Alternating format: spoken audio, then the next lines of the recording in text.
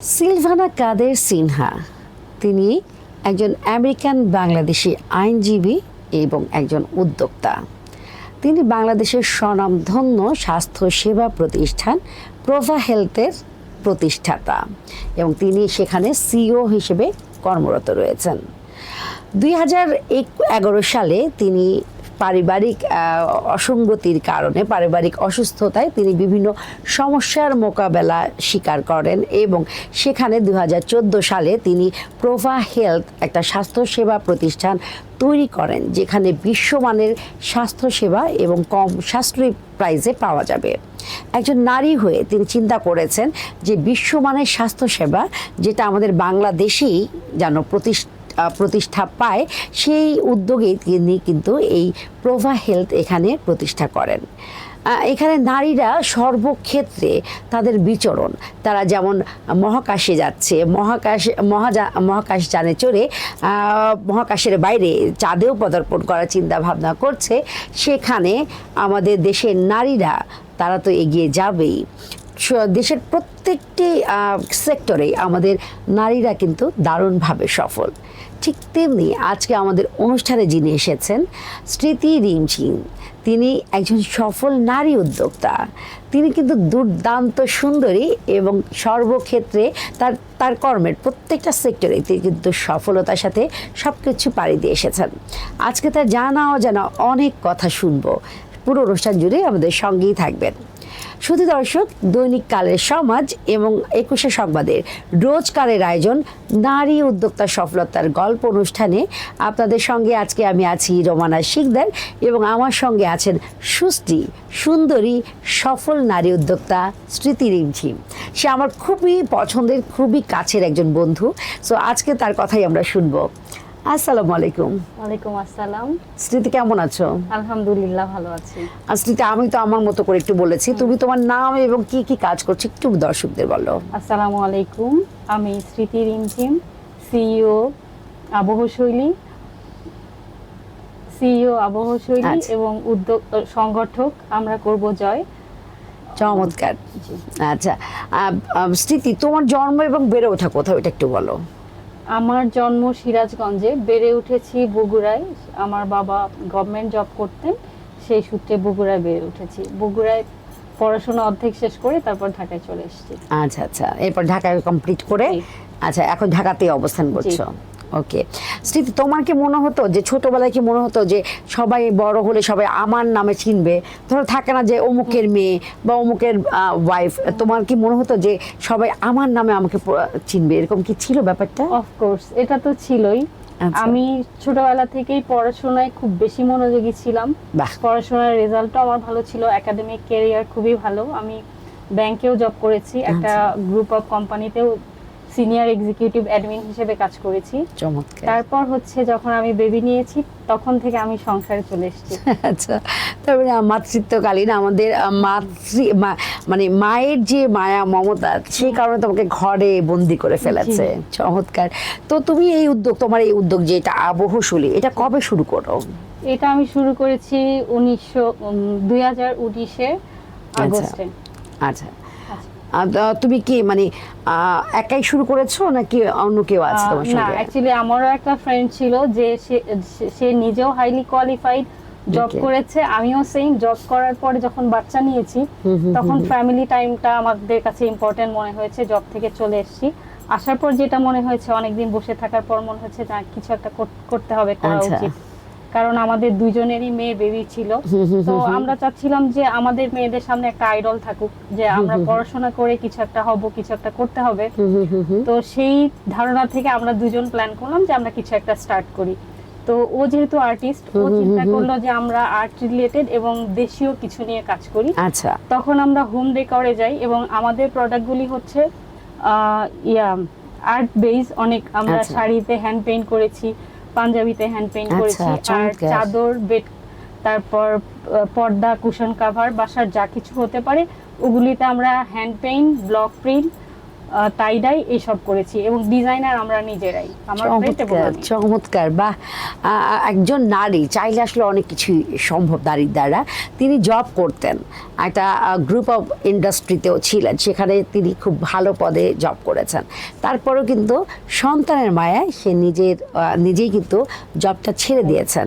এরপর যখন মনে হলো সন্তান পালনের পর মনে হলো যে ঠিক আছে এখন কিছু করা যায়, এবং তার কন্যা সন্তানের সামনে আইডল হিসেবে উপস্থিত হওয়ার জন্য তারা দুই বন্ধু মিলে তৈরি করলেন আবহ শৈলী। ব্যাপারটা কিন্তু দারুণ। আচ্ছা স্মৃতি, এবার একটু বলো যে তোমার কি মনে হয় যে একজন মেয়ের মানে ফিনান্সিয়াল স্টেবল হওয়া কতটা জরুরি?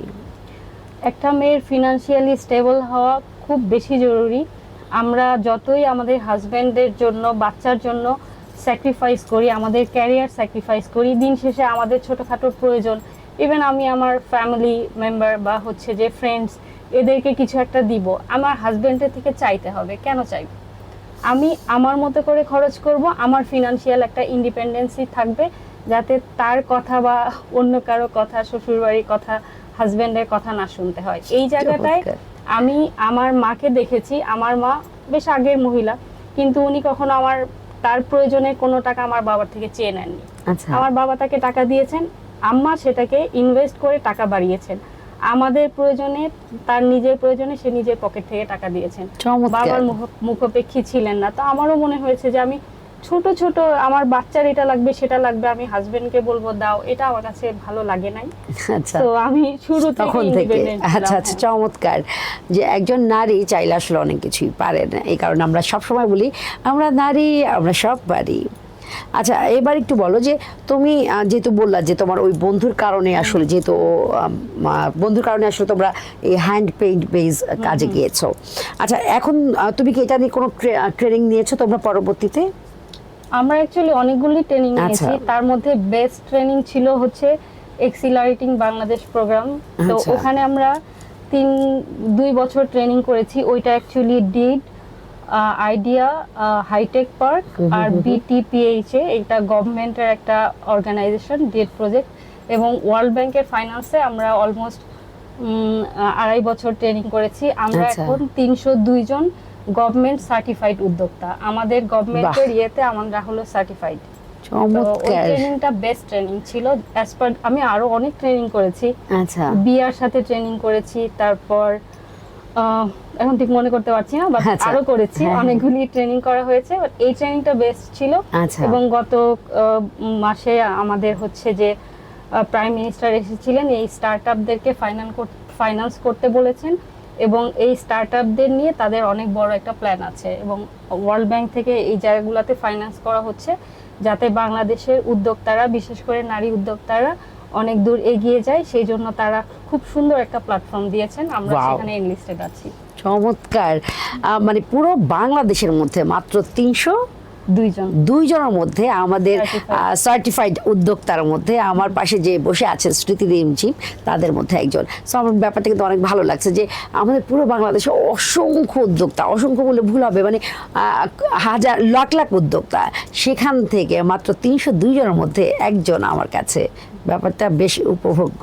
এবং মোস্ট প্রবাবলি আমরা ওয়ার্ল্ড ব্যাংক থেকে একটা ফাইন্যান্স পাবো, আমাদের লিগ্যাল অ্যাপ্লায়েন্স, লিগ্যাল কমপ্লায়েন্সের জন্য একটা গ্র্যান্ট দিচ্ছে গভর্নমেন্ট। ওয়াও, মোটামুটি ভালো অ্যামাউন্টের একটা আচ্ছা, আচ্ছা। হেল্প পাবো আমরা। দুর্দান্ত আশা দুর্দান্ত। করছি গভর্নমেন্ট আমাদের এই ব্যাপারে আরেকটু হেল্প করলে, কাজটা আরেকটু ত্বরান্বিত করলে আমরা আরো এগিয়ে যাব।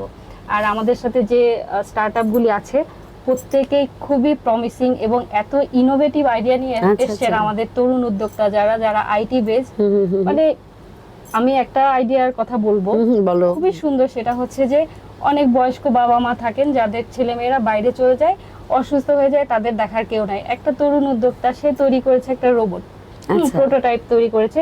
ওই রোবট ও অসুস্থ হয়ে গেলে প্রাইমারি ট্রিটমেন্ট দিবে, অ্যাম্বুলেন্স কল করবে, ডাক্তারের অ্যাপয়েন্টমেন্ট দিবে, এবং বয়স্ক বাবা মাদেরকে টাইম টু টাইম ওষুধ খাওয়াটা ভুলে যায় তারা, আচ্ছা। তাদেরকে ওষুধ খাওয়াবে, টাইম টু টাইম বলে দিবে, ওষুধ নিয়ে যে এগিয়ে দিবে। এরকম একটা প্রোটোটাইপ তৈরি করেছে। এই রোবটটা আমাদের যদি গভর্নমেন্ট ফাইন্যান্স করে, এই রোবটটা হয়তো আমরা কিনতে পারবো, যারা একটু আপার লেভেলে আছি আর কি। দারুণ একটা বিষয়, মানে এই ব্যাপারগুলো আমরা জানতামই না, আজকে অনেক কিছু জানা হলো। আচ্ছা, এই এই প্রশিক্ষণটা আসলে কোথায় থেকে আমরা পেতে পারি, আমরা নিতে পারি এটাকে আবার? কোনটা? রোবট বানানো? না না না, তুমি যেটা করেছো। আচ্ছা, এটা হচ্ছে ওদের এক্সিলারেটিং বাংলাদেশ পেজটাতে থাকলে ওরা যখন আবার ট্রেনিং এর জন্য নিবে তখন হচ্ছে ওরা ফর্ম ছাড়বে, ওই সময় অ্যাপ্লাই করতে হবে। আচ্ছা, এখন আচ্ছা। আমি আরেকটাতে অ্যাপ্লাই করেছি, সেটা হচ্ছে অরেঞ্জ কর্নার। আচ্ছা। ওইটা একটা নেদারল্যান্ড বেজ অর্গানাইজেশন, ওরা হচ্ছে ফান্ডিংও করবে প্লাস ট্রেনিংও করাবে। আচ্ছা আচ্ছা, আপনারা যারা আমার আজকের এই অনুষ্ঠানটা স্মৃতি রিমঝিমের এই পর্বটা যারা দেখছেন, আমার মনে হয় আপনারা যারা এই ধরনের উদ্যোগ নিতে চান, বড় বড় উদ্যোগ, যাদের আসলে ইনোভেটিভ আইডিয়া আছে, নতুন নতুন কিছু ইনোভেশন করতে চান, আমার মনে হয় আপনারা এই ধরনের কর্মশালাগুলো যদি বছরব্যাপী যদি হয়, যদিও হয় এগুলো আপনারা যদি করেন, আমার মনে হয় যে ইন ফিউচারে খুব ভালো সুবিধা পেতে পারবেন। একটু খোঁজ রাখতে হ্যাঁ, একটু খোঁজ রাখতে হবে, খুব ভালো বলেছো। আচ্ছা, তোমার মানে এই প্রশিক্ষণগুলো তুমি যখন প্রথমে ওই যে এক্সিলেন্স কি বললে, ওই এক্সিলারেটিং বাংলাদেশ, এক্সিলারেটিং বাংলাদেশ। আচ্ছা, এক্সিলারেটিং বাংলাদেশ, এইটা যখন করো, মানে তুমি এটা কিভাবে জানলে যে আমি এটা করলে এই হবে বা এরকম কিছু? এইটা অ্যাকচুয়ালি আমি বিয়াতে ট্রেনিং করেছি। বিয়াও হচ্ছে ইয়াং যারা স্টার্টআপ আছে তাদের নিয়ে কাজ করে, তো ওদের থেকে কয়েকটা ট্রেনিং আমি করেছি। আচ্ছা। ওদের ফেসবুক পেজে এবং ইনবক্সে আমাকে নক করা হয়েছিল, তখন আমাদের আইসিটি টাওয়ারে ক্লাসটা হবে। আচ্ছা। তো ফার্স্ট ক্লাস আইসিটি টাওয়ারে হবে, আচ্ছা এটা তো করতে হবে। তারপর ফিল আপ করলাম। আমরা আমাদের যিনি ছিলেন, মেন্টর ছিলেন, ওনাকে জিজ্ঞেস করলাম আইসিটিতে যেতে গেলে তো আমাদের পারমিশন লাগবে, পাঞ্চ করতে হবে, তো সেটা কি হবে? উনি বলল আপনারা আসেন তারপর দেখেন। তো আমাদেরকে খুব সাদরে অভ্যর্থনা জানানো আচ্ছা, হয়েছে। আচ্ছা। এবং ওই 2টা বছর আমরা ট্রেনিং এর পারপাজে অনেক ভালো ভালো দেশি বিদেশি অনেক মেন্টর পেয়েছি, আচ্ছা। যারা আমাদেরকে অনলাইন অফলাইন শিখিয়েছেন। এবং লাস্ট ফিনিশিং যেটা ছিল সেটা হচ্ছে boot camp, residential boot camp. আচ্ছা আচ্ছা, তো বাহ। সেটাতে প্রথম আমরা গিয়েছি সারা রিসর্টে। তো ওইখানে আমরা থাকলাম সারাদিন, পিচ তৈরি করলাম, সেগুলো রিহার্সেল করলাম। এত সব বড় বড় ইনভেস্টরদের সামনে পিচগুলো প্রেজেন্ট করতে হইলো। বাহ। পুরো বিষয়টা খুব সুন্দর ছিল, জার্নিটা চমৎকার আচ্ছা ছিল। আচ্ছা, চমৎকার। মানে আমাদের স্মৃতি রিমঝিম আজকের অতিথি, তিনি কিন্তু অনেক বড় বড় বিগ বাজেটের এবং বিভিন্ন দেশীয় অনেক মেন্টরদের সঙ্গে কাজ করে আসছেন। সো তার কিন্তু অভিজ্ঞতার ভান্ডার অনেক অনেক সমৃদ্ধ। আচ্ছা, এবার একটু বলো যে নতুন উদ্যোক্তাদের জন্য প্রশিক্ষণ কতটা জরুরি? নতুন উদ্যোক্তাদের জন্য প্রশিক্ষণটা খুব বেশি জরুরি, এই জন্যই যে আমরা অনেকেই হচ্ছে কমার্স ব্যাকগ্রাউন্ড থেকে বা বিজনেস ব্যাকগ্রাউন্ড থেকে এসছি, কিন্তু অনেকেই জাস্ট প্রয়োজনে এসছি, কেউ কাউকে দেখে এসছি, অথবা আমার একটা স্কিল আছে, আমি ওই স্কিলটা নিয়ে অনেক দূর আগাতে পারবো, কিন্তু সেই জায়গাটায় আমাকে হচ্ছে, যেমন ধরো নাবিক ছাড়া একটা জাহাজ একটা ডেস্টিনেশনে পৌঁছাইতে তার যতটা সময় লাগবে, একটা ট্রেনিং করা মেয়ের ততটা লাগবে না, কারণ তার সামনে একটা ম্যাপ আছে, যে সেই ম্যাপটা ধরে শর্টকাটে আগাতে পারবে। এবং ট্রেনিংগুলি যেটা করে, তুমি যা আছো তার চেয়ে তোমাকে পলিশ করে, তোমাকে বিজনেস ব্যাপারগুলিতে তোমাকে হচ্ছে সবকিছু শেখায়, যেটা আমরা শিখে আসি না। আমরা জাস্ট আমাদের স্কিলটা নিয়েই আসি, কিন্তু ওই স্কিলটাকে আমার মানুষের সামনে কিভাবে প্রেজেন্টেবল করতে হবে, কিভাবে আই ক্যাচ করতে হবে, কিভাবে প্রফিটেবল করতে হবে, সেইটার জন্য ট্রেনিং জরুরি। চমৎকার কথাগুলো শুনলেন। আমার মনে হয় যে এই পর্বটা সর্বাধিক জনপ্রিয় হবে, কারণ এখান থেকে আসলে শেখার অনেক কিছু আছে। আপনারা, আমি সুন্দর করে কিন্তু বলেছে যে আপনার হয়তো একটা স্কিল খুব ভালো আছে এবং আপনার বিশ্বাস যে আপনি এটা দিয়ে এগোতে পারবেন, কিন্তু পলিশিংয়ের একটা ব্যাপার আছে, একটা গন্তব্যে পৌঁছানোর একটা ব্যাপার থাকে। একটা নৌকায় যেমন একটা মাঝি থাকে, আসলে একটা মাঝির পরামর্শ নিতেই হয়। তো আমার মনে হয় যে আমরা তো আসলে সব কিছু শিখে পড়ে আসি না, আমার মনে হয় যে প্রশিক্ষণের কোনো বিকল্প নেই। আচ্ছা, এবং শিক্ষার কোনো শেষ নেই। হ্যাঁ, রাইট। দোলনা থেকে কবর পর্যন্ত মানুষকে শিখতেই হবে। চমৎকার বলেছে। তার মানে হচ্ছে স্মৃতি রিমঝিম কিন্তু প্রচুর পড়ে, প্রচুর জানে, মাশাল্লাহ। আমাদের বন্ধু মহলে আসলে ওকে আমরা খুব বেশি প্রায়োরিটি দিই, কারণ ও অনেক কিছু জানে। আচ্ছা, এবার একটু জানতে চাই রিমঝিম, যে তুমি যখন শুরু করো তোমার আসলে মূলধন কেমন ছিল, এটা একটু বলো। এটা আরো সারপ্রাইজিং ব্যাপার, সেটা হচ্ছে অনেকের মূলধন নিয়ে নামে, আমরা সেটা করিনি। আমরা হচ্ছে প্রথম আমরা যে কাজটা করছি সেই কাজ রিলেটেড লোকজন খুঁজে বের করেছি, তো প্রথম দিকে আমরা ডিজাইন করা বেশ কিছু ছবি টবি নিয়ে ফেসবুকে পেজ খুললাম, খুলে টুলে ওগুলা অ্যাড দিলাম। দেওয়ার পরে অর্ডার আসছে, আমাদের ফার্স্ট অর্ডার ছিল 8,000 টাকার। তো অর্ডারটা যখন পেয়েছি তখন অ্যাকচুয়ালি আমরা টাকাটা দিয়েছি, দিয়ে ওই 8,000 টাকা দিয়ে কাজটা করে ওখান থেকে আমরা 15,000 টাকা প্রফিট করে বের হয়ে গেছি। তো মানে 8,000 টাকা ইনভেস্ট করে 15,000 টাকা প্রফিট করেছো? হ্যাঁ, মানে আপনার চিন্তা করেছেন 8,000 টাকা ইনভেস্ট এবং 15,000 টাকা প্রফিট, মাশাআল্লাহ। আমাদের এটার একটা ব্যাপার আছে, এখানে হচ্ছে আমরা নিশ মার্কেটিং এ আছি। আচ্ছা। যেমন ধরো সব ধরনের প্রোডাক্ট অ্যাভেলেবল, তুমি সবকিছু পাচ্ছ। আমাদের ডিজাইনটায় আমরা যেটা দাম ফিক্স করব সেটাই দিতে। আর ব্লক, তারপর হ্যান্ড পেইন্ট, এই জাতীয় কাজগুলি সাধারণত পছন্দ করে একটু আপার লেভেল, একটু ডিফারেন্ট ইনোভেশন যারা চান, এই টাইপের ক্লায়েন্ট। তো ওনাদের কাছে টাকার ম্যাটার না, ওনাদের কাছে ম্যাটার হচ্ছে যেটা চাচ্ছে আমরা কাস্টমাইজ করে দিচ্ছি। যে না, আমার এই ডিজাইনটা, এই ব্লকটা না, এই জায়গাটা এই কালার হবে, একদম মনের মতো। তুমি যদি চাও যে এই পুরো রুমটা ঠিক তোমার মতো হবে, আচ্ছা আচ্ছা, তুমি যা যা চাচ্ছ পুরোটা কাস্টমাইজ করা যায়। তো ওই জায়গাগুলিতে একটু ইনকাম করার জায়গা থাকে। দারুণ বলেছে। তো আপনারা যারা আপুরা ব্লক বাটিক নিয়ে কাজ করছেন, আমার মনে হয় আপনারা যদি এরকম কাস্টমাইজ করে দিতে পারেন তাহলে কিন্তু হচ্ছে প্রফিট করার একটা দারুণ সুযোগ পাবেন, বেশ ভালো প্রফিট করতে পারবেন। তো আজই কাজে নেমে যেতে পারেন। এবং আমি আরেকটা কথা বলবো যে স্মৃতি রিমঝিম কিন্তু সুন্দর একটা কথা বলেছেন, তাদের কিন্তু মূলধন ছিলই না, তারা কিন্তু অর্ডার পাওয়ার পরে মূলধন দিয়ে কাজ করেছে এবং তাও সামান্য ছিল 8,000 টাকা। তো আপনারা যারা ভাবেন যে আমাদের তো মূলধন নেই, কেমন করে কাজ করব, তাদের জন্য স্মৃতি রিমঝিম একটা আদর্শ হতে পারে। আপনারা মনোযোগ দিয়ে আপনাদের শুধু কি বলে, আপনারা যেটাই পারদর্শী সেটা নিয়ে নেমে পড়ুন না। আপনি যদি ভালো ছবি আঁকেন, কিছু ছবি এঁকে পোস্ট করুন, দেখবেন কিছু না কিছু অর্ডার পাবেন, বসে থাকা যাবে না। হ্যাঁ রিমঝিম, এবার একটু বলো যে তুমি এই যে সংসার দেখছো, বাচ্চা দেখছো, তারপরে হচ্ছে এই যে তোমার নিজের যে আবহ শৈলী সেটাকেও দেখছো এবং এটার জন্য বিভিন্ন কর্মশালাও তুমি করছো এবং অনেক বছর ব্যাপীও। তো এগুলো কিভাবে মেনটেন করো? অ্যাকচুয়ালি এখানে হচ্ছে যে আমার বাচ্চারা এখন আগের চেয়ে একটু বড় হয়েছে, ওদের কিছুটা দায়িত্ব ওরা নিজেরাই নিতে পারছে। আর আমার হাজবেন্ড বেশ সাপোর্টিভ, আমার অনেক ক্ষেত্রে উনি অনেক হেল্প করেছে মাশাআল্লাহ, আর করছেও। আর আরেকটা ব্যাপার হচ্ছে পার্টনার থাকলে যেটা হয় যে আমি একটা সময় খুব বিজি হয়ে গেলাম, তখন আমি আমার পার্টনারকে বলছি যে এই সময়টা আমি দিতে পারছি না, এখন তুমি একটু সময় দাও। আবার ও যখন বিজি হয়ে পড়ছে তখন ওর দায়িত্বটা আমি নিচ্ছি, আমি তখন বেশি প্রেশার নিচ্ছি। তো ফ্যামিলি বোঝে যে আমি একটা কিছু করছি, তো আমাকে সাপোর্ট করছে, তো সমস্যা হচ্ছে না। চমৎকার। এই একটা ব্যাপার দেখলাম যে রিমঝিমের সর্বক্ষেত্রে কিন্তু পজিটিভ কিছু পাওয়াই গেছে, কারণ তার হাজবেন্ড এবং ফ্যামিলি খুব বেশি সাপোর্টিভ। তো আমি একটু বলবো যে আপনারা যারা আমাদের ভাইয়ারা আছেন বা অনেক ফ্যামিলিতে শ্বশুর শাশুড়ি, বাবা মা, ভাই বোন, দেবর ননদ এবং হাজবেন্ড, সবার উপরে হাজবেন্ড, আপনারা যারা আছেন, আপনারা প্লিজ আপনার সঙ্গী নারীর যে উদ্যোগ নিয়েছে, যে কাজ করছে, তাকে একটু সহযোগিতা করুন। তাহলে আজকে কিন্তু তিনি একটা জায়গায় পৌঁছে যাবেন যেখান থেকে আপনাদের সবাইকে হয়তো ফিনান্সিয়ালি সাপোর্টও করতে পারবে এবং আপনারা হয়তো সে কাজ করছে সেটা বলতে পেরেও আপনারা গর্ববোধ করবেন।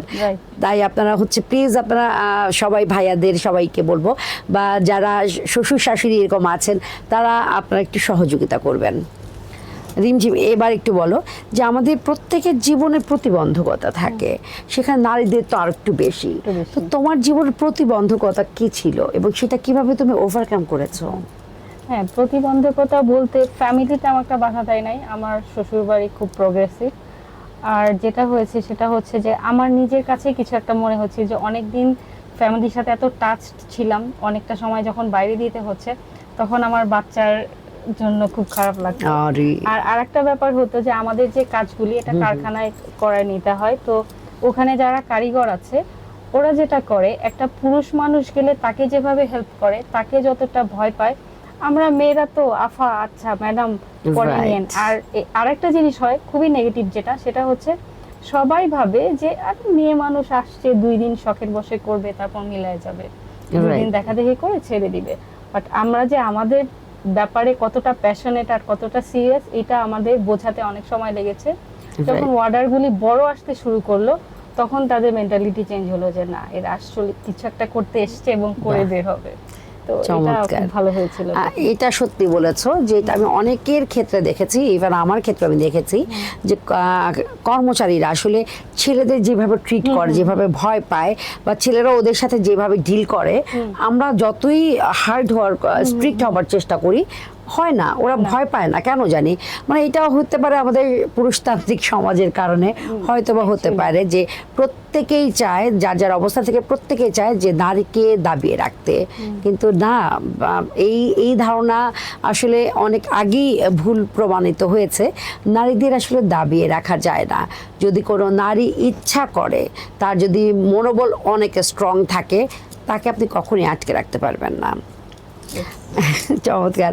আচ্ছা, এবার একটু বলো, এবার একটু ভিন্ন দিকে চলে যাই। হ্যাঁ, অনুষ্ঠানের শেষের দিকে তো একটু ভিন্ন দিকে চলে যাই, যে সেটা হচ্ছে যে আমাদের মানে আমরা জানি তুমি খুব ভালো কথা বলো, খুব ভালো কবিতাও বলো, তো একটু কবিতা পাঠ করে যদি একটু শোনাতে 2-4 লাইন। আচ্ছা, আমি একটু হ্যাঁ বলছি। অনেকদিন কবিতাটা পড়া হ্যাঁ, হয় না, ওটা আমরা তো জানি, practice কারোই, নাই, আমি হ্যাঁ। জাস্ট একটু চেষ্টা করব। ওকে। আচ্ছা, কবিতার নাম হচ্ছে স্বাধীনতা তুমি। আমি আজকে এই টপিকটা বেছে নিয়েছি কারণ মেয়েদের জন্য স্বাধীনতাটা খুব জরুরি। বাহ। তো আমি আমার দেশের স্বাধীনতা নিয়ে বলি আজকে। আচ্ছা। লিখেছেন শামসুর রহমান। স্বাধীনতা তুমি, রবি ঠাকুরের অজর কবিতা, অবিনাশী গান। স্বাধীনতা তুমি, কাজী নজরুল ঝাঁকড়া চুলের বাপরি দোলানো মহান সৃষ্টি সুখের উল্লাসে কাপা। স্বাধীনতা তুমি, শহীদ মিনারে অমর 21 গাথা। স্বাধীনতা তুমি, ফসলের মাঠে কৃষকের হাসি। আহ, চমৎকার। একটু নার্ভাস হয়ে গিয়েছে, কারণ আসলে তো উদ্যোক্তার গল্প আসলে এরকম হয় না। আমি আসলে ইনস্ট্যান্ট বলেছি, এই কারণে সবাই একটু নার্ভাস হয়ে যায়। সো এটাকে আপনারা জাজমেন্ট করবেন না, আশা করি। অ্যাকচুয়ালি গতকাল রাতে ম্যাচ হেরে যাওয়াতে কষ্টে ছিলাম, ঘুম ঠিক মতো হয় নাই। তো রাইট, আমরা সবাই আশা হতো। তবে যথার্থই হয়েছে, কারণ ওরা স্পেন খুব ভালো খেলেছে আসলে। তো আমার মনে হয় যারা ভালো, হ্যাঁ হ্যাঁ সেটাই, হ্যাঁ ইমোশনটা, কিন্তু আমার কাছে মনে হয় যে যারা ভালো করে তাদের আসলে পুরস্কার, হ্যাঁ রাইট। কিন্তু আমরা যারা আগে থেকে যে পছন্দ করি, একটু আশাহত হবো, এটাই স্বাভাবিক। আর প্রিয় কাউকে কান্না করতে দেখলে আরে আসলে মেসির কান্না পুরো একদম তোলপাড় হয়ে গেছে। স্মৃতি একদম শেষের দিকে, এবার একটু বলো যে আমাদের ঝটপটেগুলো, ঝটপটে হচ্ছে যে অনেক সময় হচ্ছে অনেকে কমপ্লেইন করে যে ব্লকের ড্রেসের রং উঠে গেছে, সেক্ষেত্রে আসলে কি করা যেতে পারে? আমাদের একটা হচ্ছে কালার গ্যারান্টিড, রং টং ওঠে না, তারপরেও আমরা বলি যে যদি রং ওঠে ব্যাক করতে পারবে, সেই অপশনটা। আচ্ছা, না আমি এই পর্যন্ত ব্যাক হয় নাই। আমাদের প্রোডাক্ট তো দেশের বাইরেও যায়, আমাদের দেশে তো ওয়াশিং মেশিনে জাস্ট ধোয়া হয়, ওদের ওয়াশিং মেশিন ধুয়ে আবার শুকিয়ে বের হয় একদম। তো ওদেরকে পর্যন্ত আমরা রিভিউ নিয়েছি, বলেছে যে না, ওয়াশিং মেশিনে দেওয়ার পরেও তাদের কালার যায় নাই। এবং আমাদের হচ্ছে রিপিট কাস্টমারটা বেশি, কারণ হচ্ছে যে আমাদের থেকে নিয়ে যারা স্যাটিসফাইড তারাই কিন্তু আবার অন্যদেরকে রেফার করছে, আর যারা নিচ্ছে তারা আমাদের কাছে থেকে যাচ্ছে, মানে রিটেইন করা হচ্ছে, আমরা রিটেইন করতে পারছি। চমৎকার। কিন্তু আমি জানতে চাচ্ছিলাম যে এটা অনেক সময় অনেকের ওঠে, তো এটা থেকে প্রতিকারের উপায় কি আসলে? এটা অ্যাকচুয়ালি যারা রংটা মেশাচ্ছেন তাদের যথেষ্ট নলেজ থাকতে হবে, আর কিছু সতর্কতা আছে, সেটা হচ্ছে যে কড়া রোদে দেয়া যাবে না, একটু উল্টা করে রোদে শুকাতে হবে। আর হচ্ছে কাপড়গুলি যখন ধোয়া হবে তখন কড়া ডিটারজেন্ট দিয়ে খুব বেশি ইয়ে করার দরকার নেই, রাব করা যাবে না, নরমাল ডিটারজেন্ট হালকা ইয়েতে ধুলেই হয়ে যাবে। আচ্ছা আচ্ছা, চমৎকার। হচ্ছে উল্টা করে মেলতে হবে। চমৎকার, এই বিষয়টা যারা জানতেন না আমার মনে হয় আপনারা জেনে নিয়েছেন। আমাদের শেষ প্রশ্ন স্মৃতি রিমঝিমের জন্য, সেটা হচ্ছে বর্তমানে স্মৃতি রিমঝিম যে অবস্থানে আছে, আগামী 5 বছর পর স্মৃতি রিমঝিমকে আসলে কোন জায়গায় দেখতে চাও? আচ্ছা, আগামী 5 বছর পর আশা করি যদি গভর্নমেন্ট ফান্ডিংটা ঠিক মতো পাই, তাহলে আমার একটা নিজের কারখানা থাকবে, এবং সেখানে আমি সুবিধা বঞ্চিত যে নারীরা আছেন তাদেরকে, সুবিধা বঞ্চিত কিশোর যারা পড়াশোনা করতে পারেন নাই, তাদের কোথাও কাজের সুযোগ নাই, এদেরকে আমি ব্লগ বাটিক শেখাবো এবং এদেরকে দিয়ে আমি কাজটা করাবো। আচ্ছা, চমৎকার। একটা শোরুম যেহেতু আমি শেয়ারিং এ আছি, এরপরে আমার টার্গেট থাকবে যে আমার নিজের একটা শোরুম থাকবে। আচ্ছা আচ্ছা, চমৎকার চমৎকার। এতটুকু আশা আমরা স্মৃতি রিমঝিমের জন্য শুভকামনা করতেই পারি, কারণ মানুষটা কিন্তু দেখেন খুব সুন্দর একটা আশা করেছে যে সমাজের কিছু সুবিধা বঞ্চিত নারী এবং কিশোর যারা আছেন, যারা পড়ালেখা টাকার অভাবে পড়ালেখা করতে পারছেন এবং যাদেরকে বাউন্ডুলে বলে অনেকেই কাজে নিচ্ছেন না, সেই সমস্ত মানুষদের নিয়ে তার কারখানায় শিখিয়ে পড়িয়ে, মানে হচ্ছে তাদেরকে প্রশিক্ষণ দিয়ে প্রশিক্ষিত করে এরপরে হচ্ছে তার কারখানায় রাখতে চাচ্ছেন, কাজ করাতে চাচ্ছেন এবং তার একটা নিজস্ব আউটলেট হোক। তো এই সামান্য চাওয়ার জন্য আল্লাহ তাআলা নিশ্চয়ই কবুল করবেন এবং আমরা এই শুভকামনা রাখতেই পারি। রিমঝিম, অনেক অনেক ধন্যবাদ আমাদের এই অনুষ্ঠানে এসেছো, তোমার মূল্যবান সময় দিয়েছো, কৃতজ্ঞতা। তোমাকে অনেক ধন্যবাদ, আমাকে ডেকেছো এবং এতক্ষণ পর্যন্ত আমার কথা শুনেছো। শুধু দর্শক, দৈনিক কালের সমাজ এবং 21শে সংবাদের রোজকারের আয়োজন নারী উদ্যোক্তা সফলতার গল্প, এই অনুষ্ঠানটি, এই পর্বটি, স্মৃতি রিমঝিমের এই পর্বটি আপনাদের কেমন লাগলো? আপনাদের মূল্যবান মতামত দিতে একদমই ভুল করবেন না। আর আপনারা যারা এই অনুষ্ঠানে আসতে চান, আপনারা অবশ্যই আমাদেরকে ইনবক্স করে দিবেন। আজকে এই পর্যন্ত, সবাই সুস্থ থাকুন, ভালো থাকুন, আমাদের সঙ্গেই থাকুন। আল্লাহ হাফিজ, আসসালামু আলাইকুম, শুভ সন্ধ্যা। শুভ সন্ধ্যা।